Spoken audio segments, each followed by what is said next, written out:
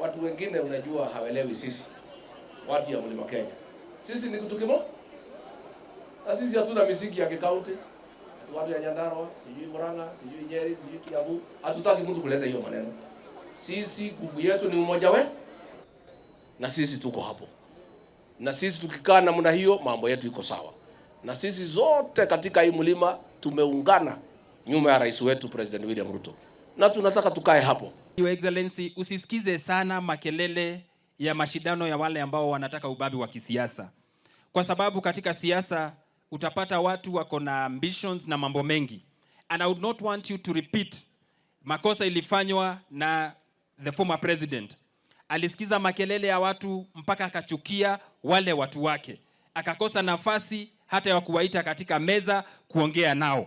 Na kuomba ukuwe na roho kubwa ya kwamba you can accommodate everybody. Wale ambao unasikia kama wanaenda kombo kidogo walete nyumbani kwa sababu ni wetu.